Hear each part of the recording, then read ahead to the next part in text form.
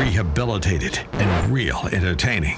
This is the Carl Jackson Podcast. All right, welcome to the Carl Jackson Show podcast on this Friday edition. I appreciate you tuning in. Please be sure to subscribe to the podcast wherever podcasts are found. That includes Apple, Google, Spotify, you name it, YouTube and Rumble. Please subscribe to my channels there. Also, you can find me at SalemPodcastNetwork.com, thecarljacksonshow.com, wherever I am on social media.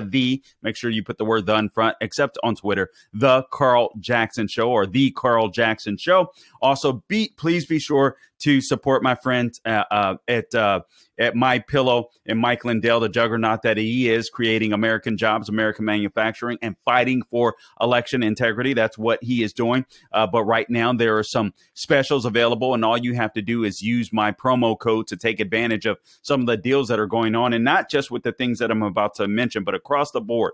You use the promo code Carl, whatever deals are available at mypillow.com, they will be applicable to you. But there is a special that is going on still with the Giza Dream Sheets and the Brickell bed sheets that normally sell for upwards of $90 or so, but they're now available to you for as low as $29.98, a variety of sizes and colors, 10-year warranty, 60-day money-back guarantee. You cannot beat that with a bat. There's also a 3-piece towel set that normally sells for $49.99 that's now available for $19.98 for my listeners. And all you have to do is go to mypillow.com, click on that radio listener square, use the promo code Carl, C-A-R-L, or give them a call at 1-800-858-0263, 1-800-858-0263. All right, guys, I'm not going to lie to you. I've been racking my brain about what to talk about this morning, and I'm on a mission to do something a little differently. I want to restore America's Judeo-Christian value system. I want to restore the working class, the middle class in America. These are the things that I believe the left are systematically hollowing out. They're destroying the middle class. With their spending, with their inflation, with their war against fossil fuels, absolutely devastating the middle class. It's phenomenal to me. They are going after those of us that have religious beliefs, people of faith right now. I believe the DOJ is now going after people at the Family Research Council. You see what they've been doing to pro-life protesters, arresting them, not allowing us to, get any of the information or know any of the information. So religion is under assault, or the freedom of religion, the freedom of speech is under assault with these people. And there's no doubt blue collar workers are under assault in the middle class. I was never one of these class people. I never argued for that. I used to always hate when Republicans or conservatives would say, listen, there is a, upper class, middle class, lower class. I hate it.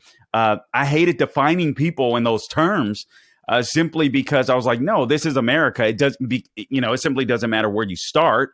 Or you can always you could be rich and end up poor if you're stupid with your money, or you get, caught up on drugs or addicted to, whatever, heroin or meth or whatever it may be. Or you could be absolutely poor and you can learn how to work hard, save and invest, and you can become wealthy, or perhaps become a small business owner along the way and figure out how to become wealthy by growing your business. So, I hated using those class titles, if you will, and saying that we had a class system here, and it's not one like India or something where you're born into a caste system, a certain class, and you never get to escape. Ours is mobile here, so I didn't like talking about it in those terms. But there's no doubt that the left is actually assaulting or actually attacking the blue collar middle class workers, and it's important that we fight to restore again the middle class and to restore our Judeo-Christian value system. I do believe that we're living in a post-constitutional America. We're living in a post-Christian America. And I was challenged. I got to tell you, last night I was on Officer Tatum's program show, and I read through Dennis Prager's one of his columns that he'd written in the last 2 weeks just entitled "Explaining Conservatism," and he did it well, obviously, as Dennis Prager always does. And he talked about liberty. That's the most that's the thing that we fight for. One of the most important things that we fight for. Free speech is the most important thing that we fight for. He talked about conservatives, our values as far as life. That's a very important thing that we fight for. And all of this is true. But it's also true, I think, that we are living in a constitutional America. So we've got an uphill battle, and it's important for Christians. It's important for all people of faith, to be honest with you. I'm not apologizing for being Christian. I just believe that all people of faith, all religious people need to band together and fight against the left so that we can restore religious freedom inside of the United States, and so that we can restore the working class, the middle class. We have so many people going to college and being brainwashed that we are literally hollowing out our middle class. Mike Rowe talked about this in a recent interview that he had done with Megyn Kelly on her show or podcast or what have you, where so many men are being beat up. He said where in the, I think it was the late 70s, they started talking about the media started ushering everybody into college, and they as a result they stopped building up and talking about the metal shops and the wood shops that we had in high school and junior high at the time, and we've gotten rid of those, and as a result you get a bunch of lazy people sitting on their butts. They go to college. They get brainwashed into leftism. They feel entitled. They think they should have a $100,000 job as soon as they graduate college, and they avoid jobs where they get their hands a little dirty, but where they can make amazing incomes. All right. So one of the things that I do want to talk about, I don't hear a lot of people talking about it because it's not a sexy topic, but it is going to be sexy and fun here. And that is the electoral college system. I've even heard some conservatives say maybe we should consider getting rid of the electoral college system and we should go to a popular vote. That is really dumb. That is really dumb, dumb. Listen, I'm so tired of people that I don't care what side of the aisle they're on. I'm tired of people that don't accept the brilliance of our founding fathers. I mean, these people sat around and thought about this stuff I shouldn't say sat around, but they thought about this stuff for years. They researched for years. They weren't consumed by social media. They weren't consumed by television. These are people that were able to work hard and to think a lot. All right. So they didn't have all of the electronics that we have at our disposal, but these were people that thought about freedom. These are people that thought about God clearly. I don't think there's many people alive today that are on par with the founding fathers. I think there are a few that exist within the United States, but listen, if they design the system, I think we should best figure out, okay, why did they design this particular system? What makes it so important? These were people that were escaping a monarchy or leaving behind a monarchy. If we don't want to go back there, we should find out every single aspect of why they created the Electoral College. I won't get into all of that detail, but suffice it to say, if you listen to Dems or Democrats in particular, they'll tell you, listen, the Electoral College, it's irrelevant. It's it's out of date. It's undemocratic, all of this kind of good stuff. And the truth is they'd like to bypass this institution simply because it's easier for them to implement their Marxist agenda. And that's what it's all about. Ultimately, getting rid of the Electoral College is about control. It is about a centralized government. Back in his column, Explaining Conservatism, Dennis Prager, he said this regarding the Electoral College. Let me just read this part. Actually, a couple paragraphs. In order to limit the size and power of the national government, the founders delegated most governmental powers to the states. They did so in the Constitution by specifying what powers the national government had, and by asserting that all other powers be delegated to the states. That's the 10th Amendment. In addition, they increased the power of the states by having presidential elections that were decided by the states. The Electoral College. This is what the left hates. He goes on to say, rather than by the popular national vote and by how they structured the Senate, one of two branches of Congress, every state, regardless of the population, gets two senators, right? So the founders did this in order to avoid a concentration of power. Let me say that again. The Electoral College exists so that we can avoid a concentration of power by those that are adding to it, by those that are power hungry. Again, the Electoral College exists so that in America, we could avoid a concentration of power by those that simply thirst for power. The Joe Bidens of the world, the Barack Obamas of the world, the leftists of the world. It is so important, guys, that we start understanding why we fight and what we should be fighting for. And we should be restoring, because it's over. I read this column, and I'm going to go through it tonight. I think this guy actually convinced me, this columnist at the Federalist, that, I mean, I've said for quite some time, we're in a post-constitutional, post-Christian or post-Judeo-Christian society. I've said this plenty of times before, but I got to admit, I was reading this column on my way home from the studio last night, because I'm always researching, to be honest with you, ad nauseum. And I'm like, man, this is a fantastic argument. It not only solidified what I believe, but it actually challenged me to go even harder and to press, to restore the things that the left wants us to abandon, and even those things that many conservatives ignore. And the first thing that came to mind was the Electoral College. We don't talk about it much, but we should talk about it often. Every American should understand we have the Electoral College in place because we want to avoid a dictatorship. We don't want a concentration of power in a few states. So let me go through more. I actually wrote about this for Town Hall a few years back in 2019. And what I'm doing is just going through some of the things that I wrote then that are still apt, and even more so today. So back in 2019, at the time, Colorado's legislature had passed a bill, and they joined 12 other states in an effort to abandon the Electoral College for the national popular vote movement. I got to be honest, I haven't even researched to see if this is still happening.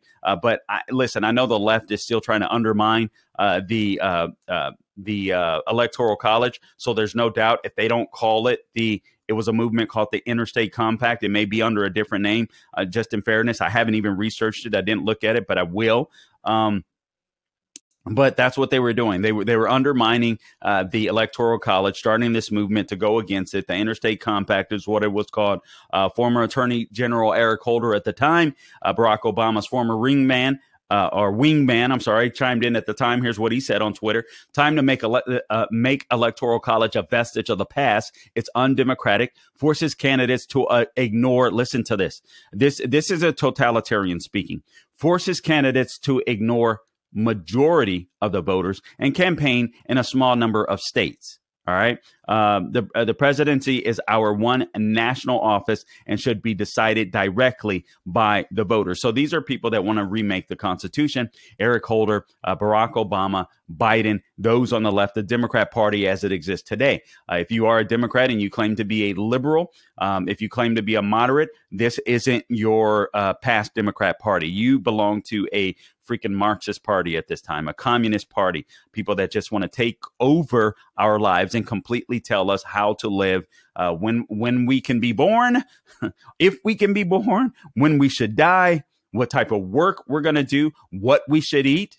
I mean, it's fascinating. It's fascinating for me that anyone votes for the Democrat Party today. Actually, the popular vote is, if when used solely, is undemocratic, contrary to what Eric Holder said, because it would cause candidates to ignore a large portion of blue-collar working areas, rural areas, even in larger states or larger populated states like New York or California. And that's exactly what the founders did not want. Eric Holder doesn't care about this, but I do.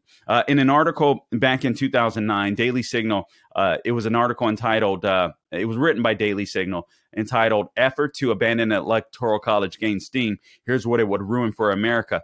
Jared Stetman pointed out that the founding fathers disagreed on many things, but the Electoral College actually is what received the most widespread acceptance. So we should be embracing, not abandoning, the Electoral College. So what I'm going to quickly do is go through 6 reasons why we should be fighting to restore our faith in the Electoral College and make sure that we are fighting for it and make sure that we're getting ahead of the left. I mean, the left is tearing every vestige of Americana down to the best of their ability. I mean, they are trying to, just reshape history, all this revisionist history, tearing down statues, all of this kind of stuff. The goal is to wipe out all vestiges of American history and then just create their own history, right? In their own image to totally tear down America. What country in the world has been more successful than the United States of America? None. But if we take for granted the institutions that were put in place, then we're going to lose it. And I'm sorry, those that claim that these institutions are systemically racist, I would ask them to show me a place around the United States, somewhere in the United States, where blacks and minorities fare better. I would ask them to answer the question, why is it that people from all across the world, when they want to flee tyranny, where do they come? They come to the United States. Why is that? The left can't answer those questions. They can't. All right. So some of you may not know this, but the Electoral College helped to end slavery in America. That's right. President Abraham Lincoln, our first Republican president and the signer of the Emancipation Proclamation that freed the slaves, he won the Electoral College. He lost the popular vote. Listen to why he lost the popular vote. He lost the popular vote because slave states in the South wouldn't put his name on the ballot. Right? So if they wouldn't put his name on the ballot.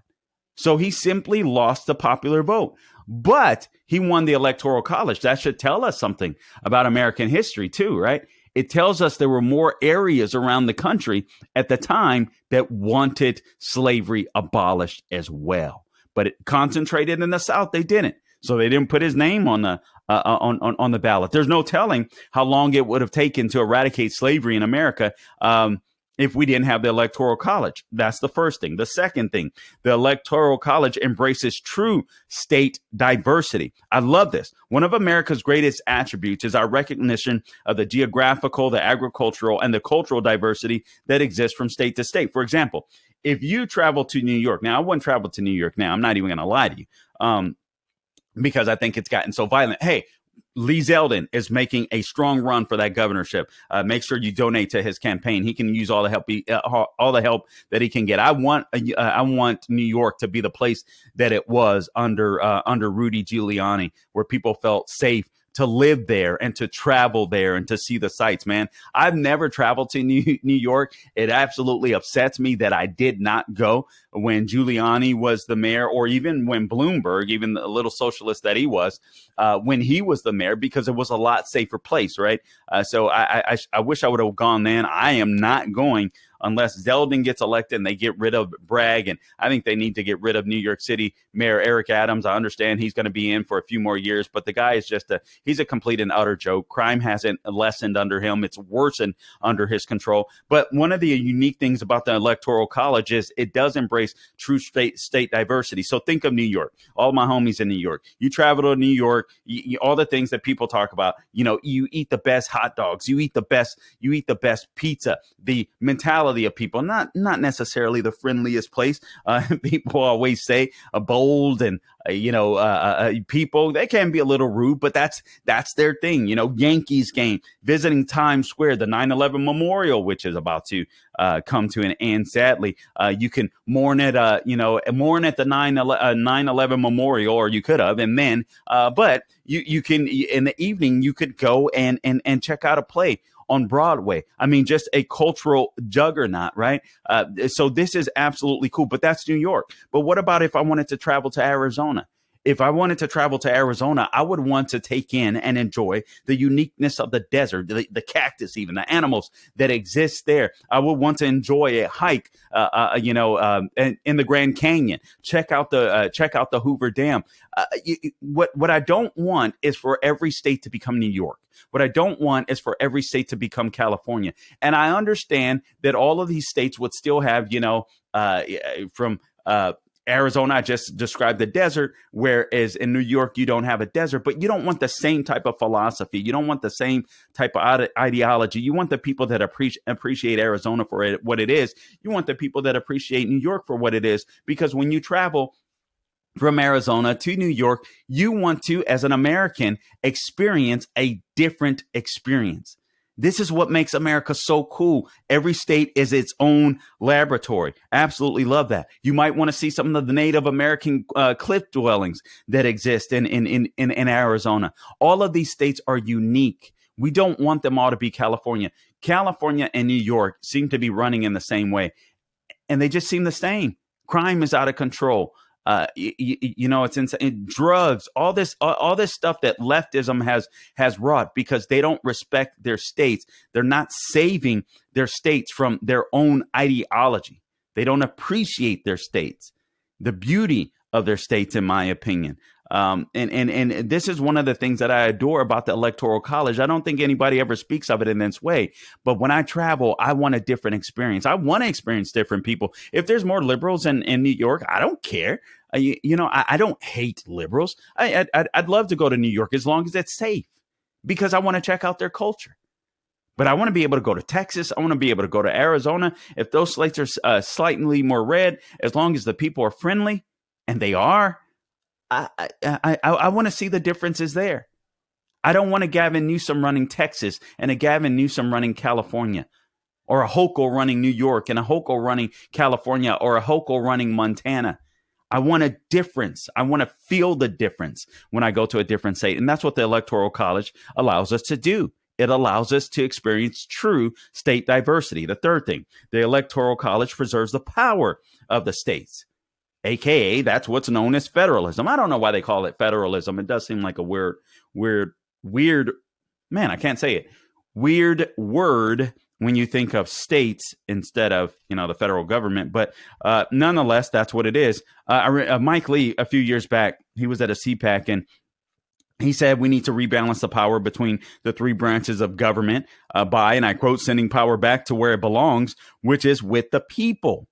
If too much power resides in the hands of too few people in Washington, D.C., states will no longer remain the laboratories of freedom that our forefathers intended. See, we don't want too much concentrated power in the hands of a few people in Washington, D.C. We all know that. Let's be honest. All right. I'm not trying to be mean. I think everybody knows this. Joe Biden is dumb as a box of rocks. All right. The guy is a complete and utter moron. Should he have the power to be able to tell every state what they should do, how they should handle things? This is outside of the bounds of a state, but I listened to a part of a statement, written statement that he had made, I believe, concerning Liz Truss, where he adamantly disagreed with her financial policy. She's out. I mean, she was in and out as UK Prime Minister 45 days before she resigned. I mean, she's still there. She's going to hold on until someone takes her place. But he was criticizing her fiscal policies. This moron, he can't even balance a checkbook, I doubt. All he knows how to do is be corrupt and use his crackhead son to make money. Do we really want this guy, one person, especially as dumb as Joe Biden, being able to tell every state what they should do? The Electoral College preserves the power of each state. Each state should have the power to decide what's best for them. Arizonans know what's best for them better than New Yorkers do. Vice versa for New Yorkers. But, the same is true for California, Florida, or what have you. We want to keep that state power. For instance, states that flirted with socialism and have been fiscally irresponsible with their budgets, California has, New York has. Should we have to bail these states out? We did that with California. Listen, the only reason California has a surplus of money, or had, and I think that's running out, is simply because they get an influx of cash, I should say, when Biden became president, because they weren't doing as well when Trump was president. Why? Because we weren't giving them a lot of money for the federal government. We were letting them, okay, these are the policies that you want to live by in California. Fine, live by them and see what happens. They were going freaking bankrupt. And then Biden gets in and gives them all of this cash. Plus, they have illegal aliens coming in and using cash. So they had some extra cash, but it has nothing to do with their policies. Their policies, Gavin Newsom's and the Democrats' policies suck. Then you have Vermont and Massachusetts. They tried socialized health care. Remember Romney Care? And it was an absolute failure. So states should have the opportunity to learn from their own mistakes instead of imposing a mass like Obamacare system like we have now, Medicare for all like we have now, onto the entire onto the entire country. If people want socialized medicine, they should be able to move to a state that is willing to practice socialized medicine.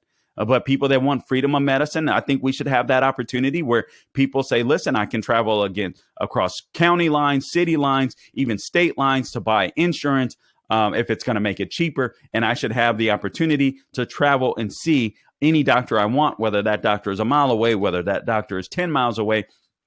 I should be able to go to any doctor that I want. So the third thing the Electoral College does, it preserves the power of the states. The fourth thing, more than California, New York, and Texas should be allowed to decide the presidency. Here's where Hillary Clinton screwed up. You guys remember what she did is she campaigned in the bigger states and she ignored the swing states. That's why her behind lost.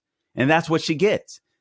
Essentially, it wasn't just the states. She ignored their people. How can you be a president of the entire United States when you say, I'm going to ignore some of the people in the United States? You can't be. You can't be an effective one. You can't be a good one, right? And that's what Hillary Clinton, that was a hard lesson that she learned. And really, she didn't learn it because then she complained. She's an election denier, right? She complained that that she didn't win. She didn't lose. It was Russia collusion, right? We all know that was a complete lie. But if California, New York, now Florida and Texas were the only places to decide an election, if we had a popular vote, it would suck. It would suck for, 46 states, right? They would never have a say in the election. Despite they could bring, I don't know what they bring to the economy. I mean, think of it. California has a lot of farms and, a lot of growers. But you look at a place like New York. I know New York has some farms and they do their own agriculture. Every state has some form or another, but I don't know what they produce. North Dakota may be sending something to New York that they don't produce, or wherever. I don't know, New Mexico or whatever, wherever. Every one of these states are so important. They're so integral. So even these big states, whether it's Florida, there's things that we have to ship in from other states. There's things that New Yorkers have to ship in. There's things that Californians have to ship in from other states. And so we all need each other. And although there may be bigger populations in these states, it doesn't mean that they're more important. So they should have their say in their states. But what they should not be able to do is to determine the presidency for all people, because it may be in their best interest to have a Joe Biden in the White House, New York, California, not Texas and Florida for sure. But it's not in everyone's best interest. And we want to hear from everybody, from the lowest man and woman on the totem pole to the most elite, to be honest with you. And the way that we do that is to secure the Electoral College and to make sure that New York and Texas California and Florida aren't the only ones that are deciding the elections. Fewer voices would be heard, not more, if we were to get rid of the Electoral College. So, yeah, you would have this popular vote, but essentially the only people that would decide it, again, California, New York, Texas, and Florida. The fifth thing, the popular vote is un-American. And the left knows this. They know this. Proponents of the popular vote movement support it because they know it will silence the voices of anyone who disagrees with Marxism. And that's where we're headed now. That's where the Democrat Party is. I'm telling you, and I'll share this tonight, conservatives, and maybe I will change the name. This is what the guy challenged in an article. We need to stop calling ourselves conservatives was the name of the articles. We're revolutionaries in a sense. We're radicals in a sense. We're restorationists in a sense. And I like the word restorationist. But the popular vote is un-American. It's absolutely un-American. And right now we live in the cultural Marxism. The left has done a bang up job with cultural Marxism. You get all these woke corporations and all this stuff bowing the knee to the federal government. I mean, it's pretty scary. You get Hollywood. It's pretty insane where we are now. The DOJ is the law enforcement arm of the Democrat Party and the Biden administration right now. We're in a scary place. So the typical conservative, we like to think of government as the government should be small, but government should do some things effectively. And I'm sorry, this is a Christian nation, a Judeo-Christian nation. And I think we should restore some of the ideals that make this country great. and we should be willing to use the government to do it. I don't want overtaxation. I don't want to come down on liberals and use the DOJ like they do against us. That's not what I'm talking about. But maybe no fault divorce, making it harder to get divorced. I mean, there's several other items that I'll talk about tonight. But the popular vote is un-American because we have too many brainwashed Marxists in this country now. And conservatives are going to have a big fight in overturning the cultural Marxism that exists. So we're going to have to be able to use government power to do it. I'm sorry. I know this sounds contrary to what we believe as conservatives. I think I'll make a case that it really isn't. I'll try to do that tonight on Tatum's show. But it is anti-democratic, the popular vote, because it emboldens the majority of voters at the expense of the minority. And this is exactly what the founders didn't want. They didn't want mob rule. You get a bunch of uninformed Americans that just want their way. If welfare voters were the only voters, look at California's population, 50% of their population, voting population, I believe, or at least 50% of their population. I don't know if it's their voting population or nearly thereabouts is on welfare, gets some type of government stipend. Do you think that a lot of them are going to vote for are going to vote for things that are important to every other state and nation? Or you think they're going to vote for their own self-interest, if you will? Do you think they're going to vote more likely to vote for things that promote liberty, or you think they're going to vote for things that for free stuff, basically? That's what the left knows. If they can get people hooked on that welfare crack, they're gonna do it. All right. The last thing, the Electoral College protects against election fraud. Jarrett Stetman of the Daily Signal pointed out in his column at the time, quote, "The diffuse federal nature of the Electoral College is a vital tool to counteract election fraud and contentious recounts that could undo the public will," close quote. Just imagine if there was a recount required in the Bush v. Gore race of 2000 after the popular vote system had been implemented. So every vote in every state would have had to have been recounted, not just Florida. That would have been a total disaster. So the Electoral College helps us to protect against fraud. Now, there's no doubt the Democrat Party, they're doing their best to change the way the system works, rigging the system. They're having a harder time doing it this year, but they're trying. But one of the ways that we can protect against fraud is the Electoral College. All right, guys, listen, I know it's not the sexiest topic, but it's something that I think we should all understand what the left is trying to do. And we can't allow them to destroy our institutions any more than they have. We need to restore the institutions that made America great. We need to restore the values that made America great. We need to restore the working class, the middle class, the men and women that helped to make America great. And no, I'm not for the middle class over. I am the middle class over these woke corporations. I can't lie to you. I hate corporatism. But there's a lot of entrepreneurs, whether they come from the middle class, whether they are already rich, that provide a lot of jobs. I just want those entrepreneurs to be entrepreneurs without being woke. And if they do that, they'll provide a great service, not only to consumers, but also to employees, and create a strong middle class again. All right, guys, I hope you enjoyed this edition of the Carl Jackson Show podcast. Again, please be sure to subscribe to the podcast wherever podcasts are found: Apple, Google, Spotify, YouTube, and Rumble. Also follow me on all social media, please, or wherever you are on social media, The Carl Jackson Show. And again, take advantage of the deals with my friends at MyPillow, MyPillow.com, Mike Lindell, American Patriot. Right now, those Giza Dream Sheets and Perkel Dream Sheets, all you have to do is use the promo code Carl and click on the radio listener square at MyPillow.com, or give them a call at 1-800-858-0263. Take advantage of the deals with the Perkel Dream Sheets. Normally upwards of $90, now selling for as low as $29.98. All you have to do is use that promo code. You can get deals up to 60 and more percent off, across the board.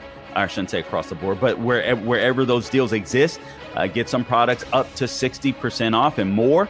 All right, by using the promo code Carl. Also take advantage of those the 3-piece towel set. And I'm telling you, I'm not blowing smoke up your butt. You are going to love the towels. They are my absolute favorite towel. They're the only towels that I use. I love them because they actually do absorb. They actually do work. All right, whether you're washing your body or drying off, they work well. So take advantage of that. MyPillow.com, promo code Carl. Click on that radio listener square or give them a call, 1-800-858-0263. And until next time, don't grow weary doing good. God bless you.